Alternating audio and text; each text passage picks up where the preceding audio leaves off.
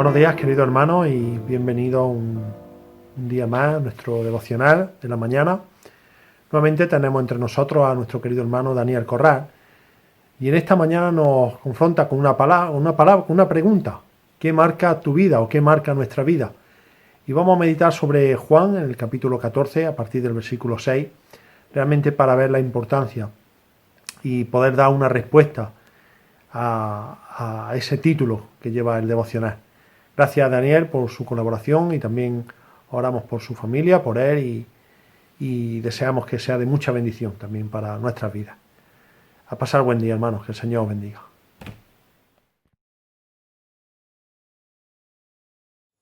Buenos días, hermanos. Seguimos con los devocionales de Meditando en la Palabra, y en esta ocasión me gustaría que fuésemos a Juan, capítulo 14, y vamos a estar viendo los primeros 6 versículos para responder a esta pregunta: ¿qué marca tu vida? ¿Qué marca tu vida?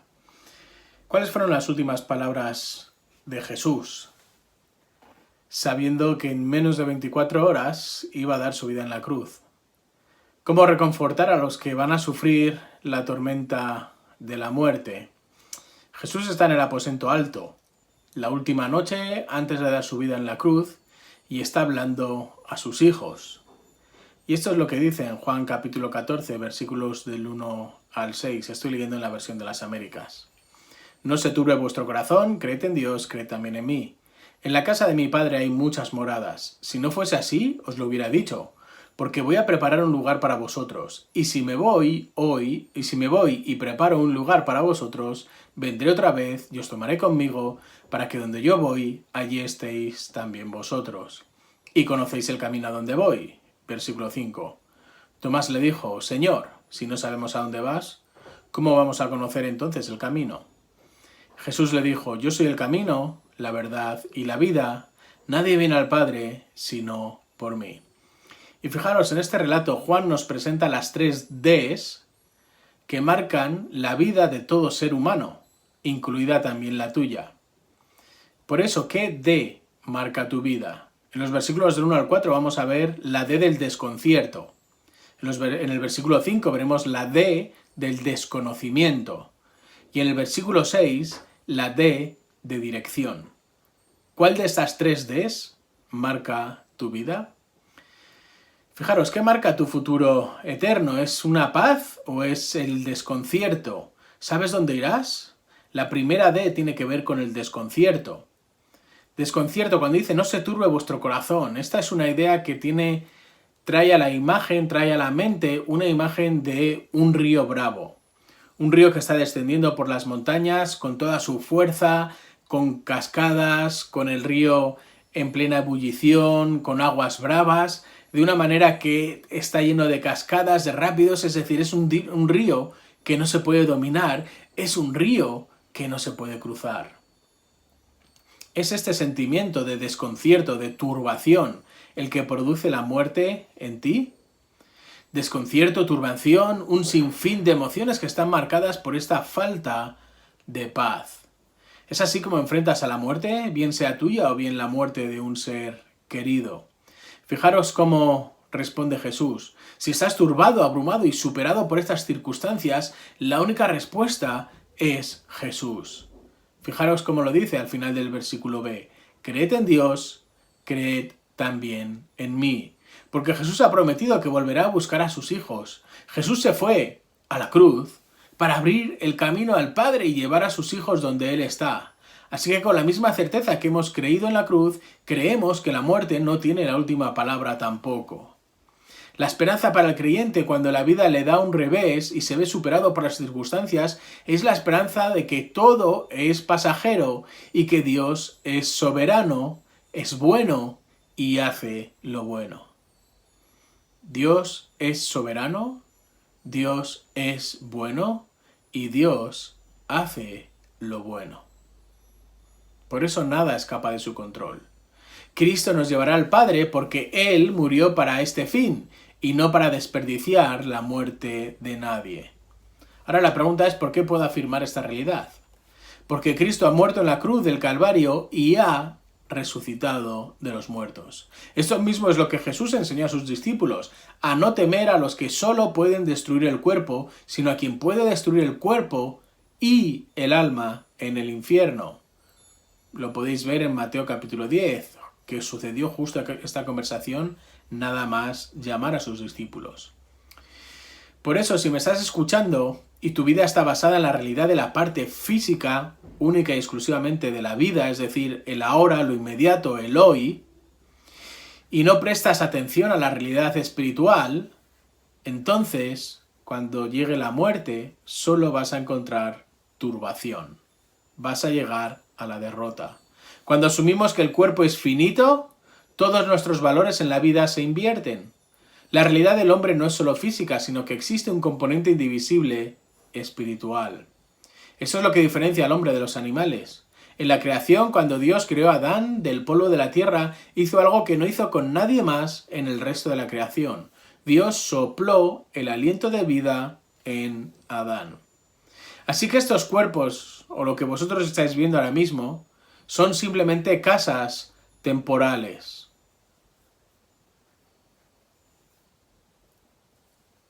Y lo único que nos recuerdan es que son sencillas, es decir, que es la habitación del espíritu. Es un recordatorio también de nuestra temporalidad. Todos caducamos. Todos los que estamos aquí, todos los que me estáis viendo hoy, en un momento o en otro, dejaremos el cuerpo en el que habitamos. Bien por enfermedad, bien por accidente, bien por deterioro o bien por la propia edad. Es decir, lo externo, lo físico, todo lo que ahora mismo estás viendo y tocando, solo es importante en la medida en la que tenga resultados internos, es decir, en nuestro espíritu. El cuerpo físico se desgasta. ¿Quieres una evidencia de eso? Solo tienes que mirar fotos de hace 5, 10, 15 años, o simplemente mirarte en el espejo. O si tienes hijos, ver cómo ellos crecen y cómo tú también vas envejeciendo. Es decir, el cuerpo físico puede verse mermado por un accidente, incluso por una enfermedad, o puede dejar de tener vida llegando la muerte. Pero, si realmente sabes que la muerte no es el final, entonces enfrentarás el sufrimiento con la misma confianza que demostró Jesús. Jesús dejó la turbación detrás para recordarles y también para recordarte a ti en esta mañana esta frase que Jesús les dejó: creed en Dios, creed también en mí. Y esto es el Evangelio, son las buenas noticias, la realidad inquebrantable frente al desconcierto, frente a la turbación, frente a este río indomable, frente a las aguas turbulentas, a los rápidos, a las cascadas. Jesús ofrece un remanso. Jesús ofrece la paz de un lago.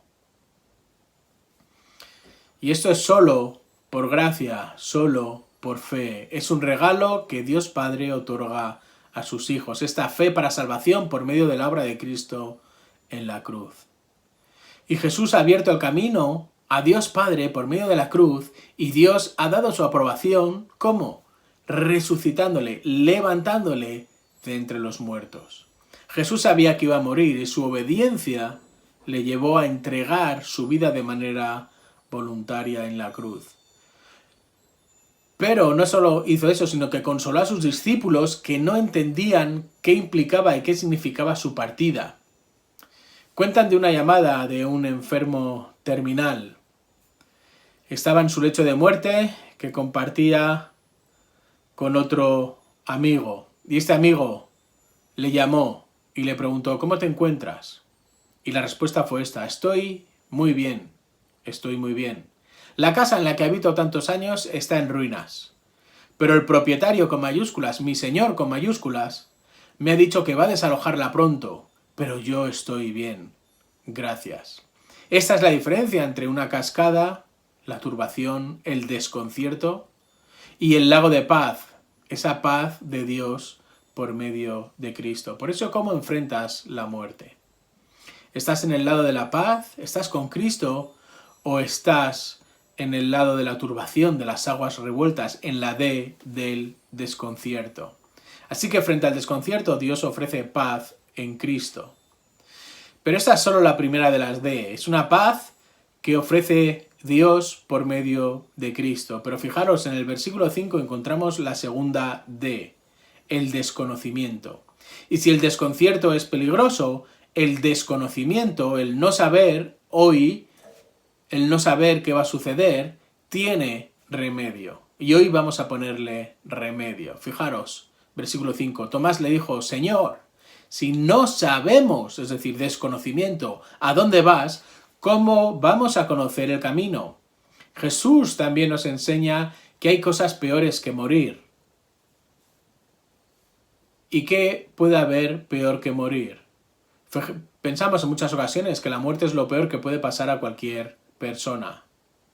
Nadie quiere que la muerte entre en el círculo familiar o en el círculo de nuestros amigos, mucho menos en el círculo personal.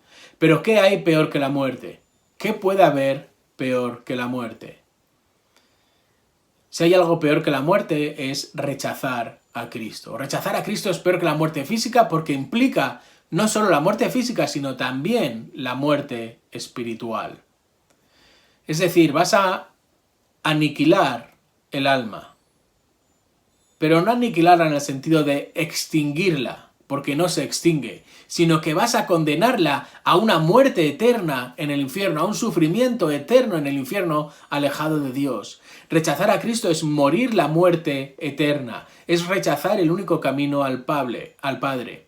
Por eso vivir al máximo, tener una casa bonita, tener una familia perfecta, un buen trabajo, buenos amigos, salud, pero no tener a Jesucristo como Salvador, implica que no tienes nada, porque es el alma la que vive para siempre. Por eso debes invertir en tu alma. ¿Sabes a dónde vas? ¿Sabes dónde va a ir tu alma en el momento de tu muerte? ¿O vives en el mismo desconocimiento de Tomás? ¿Tienes esa certeza de saber que por gracia, mediante la fe, tu alma tiene un destino eterno? ¿O la muerte implicará la pérdida de tu alma, esa muerte eterna? La calidad de vida es más importante que la duración de la vida. De nada vale que vivas 100 años si finalmente pierdes tu alma. La muerte más trágica es la del hombre o de la mujer que han vivido muchos años, pero nunca han aprendido de qué va la vida, porque nunca dieron a Cristo el lugar en su vida. Por eso la pregunta no es ¿cuándo me voy a morir? ¿O de qué me voy a morir? Sino ¿cómo puedo vivir para la eternidad? ¿Sabes cuál es la realidad del ser humano? La tuya y la mía es que todos hemos pecado. Y como todos hemos pecado, yo he pecado y tú has pecado, eso implica que no llegas, que no llego, que no alcanzamos la salvación por nuestros propios medios. No puedes quitarte la mancha, las consecuencias ni el estigma del pecado. El profeta Jeremías lo dice así, en Jeremías capítulo 2, versículo 22. Aunque te laves con soda o con lejía y uses mucho jabón, la mancha de tu iniquidad o tu pecado está aún delante de mí, declara el Señor. Así que no hay nada que puedas hacer para ganar el favor de Dios. Por eso Dios tuvo que tomar la iniciativa y enviar a su Hijo Jesús al mundo. No hay un mensaje más importante para tu vida que este ahora. Por eso lee la Biblia, busca a Cristo aquí, en la Biblia, y pide que haga una obra de salvación en tu vida. Arrepiéntete de tu pecado y cree en la obra de Cristo. Confiesa que Jesús es tu Salvador y también tu Señor. Fijaros, Tomás dudó. ¿Cómo vamos a saber el camino?, fue su pregunta. Tomás, cuando le dijeron 3 días después de que Jesús había resucitado, continuó dudando, y es algo que encontramos en Juan capítulo 20, versículos 25. Entonces los otros discípulos le decían, hemos visto al Señor. Pero él les dijo, si no veo sus manos, la señal de los clavos, y meto el dedo en el lugar de sus clavos, y pongo la mano en su costado, no creeré. Por eso no te quedes con este Tomás. No te quedes con el Tomás del capítulo 14. No te quedes con el Tomás del versículo 25. No te quedes aquí, dudando del camino, dudando de lo que estás escuchando. No te pido que creas en mí. Probablemente ni me conoces como para saber si soy de fiar. Arrepiéntete de tu pecado y cree en la obra de Cristo en la cruz. Mira cómo Tomás, después de dudar, hizo lo correcto. En el mismo capítulo 20, versículos 26 en adelante. 8 días después, sus discípulos estaban otra vez dentro y Tomás con ellos. Y estando las puertas cerradas, Jesús vino y se puso en medio de ellos y dijo: paz a vosotros. Luego dijo a Tomás: acerca aquí tu dedo, mira mis manos, extiende aquí tu mano, métela en mi costado, y no seas incrédulo, sino creyente. Y respondió Tomás y le dijo: Señor mío y Dios mío. Y Jesús le dijo: ¿porque me has visto has creído? Dichosos, bienaventurados, felices, los que no vieron y sin embargo creyeron.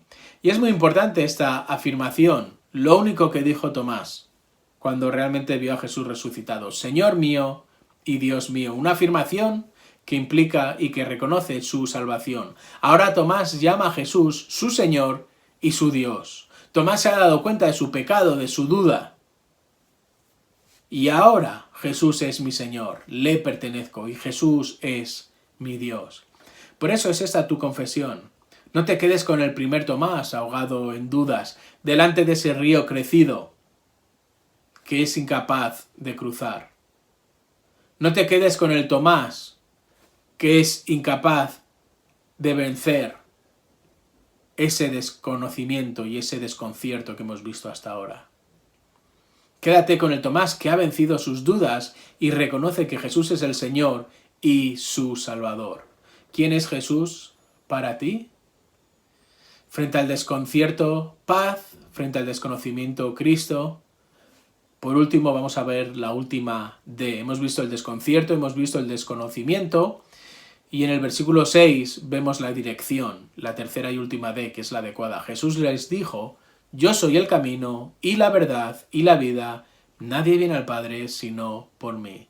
Y finalmente Jesús enseña a Tomás y te enseña a ti también que la vida existe más allá de la tumba y que la muerte es simplemente la puerta de entrada a esa vida eterna. Por eso Jesús se identifica como el camino, como la verdad y como la vida. Y fijaros, no está dando varias opciones, sino que está utilizando un artículo determinado. No soy uno de los caminos, no soy una de las verdades, ni soy una de las vidas, sino que yo soy el camino, yo soy la verdad y yo soy la vida. Por eso busca a Cristo. Y si quieres buscarlo, tienes que venir a la Biblia. Busca a Cristo, búscalo en su palabra. Arrepiéntete de tu pecado y cree en la obra de Dios. Nunca tendrás un futuro eterno sin reconocer a Jesucristo como tu Salvador y como Señor personal. Poco antes de su muerte, Moody dijo: algún día leerás que he muerto. No lo creas. En ese mismo momento estaré más vivo de lo que estoy ahora. Moody, Tomás, pasaron del desconcierto, del desconocimiento a la dirección correcta por medio de la gracia de Dios a través de la fe en la obra en Cristo Jesús. Arrepiéntete de tus pecados y cree en Jesús. No dejes que tu vida esté marcada por el desconcierto, por el desconocimiento, sino por la dirección adecuada de la paz de Cristo, por gracia, por medio de la fe. Que tengáis un buen día.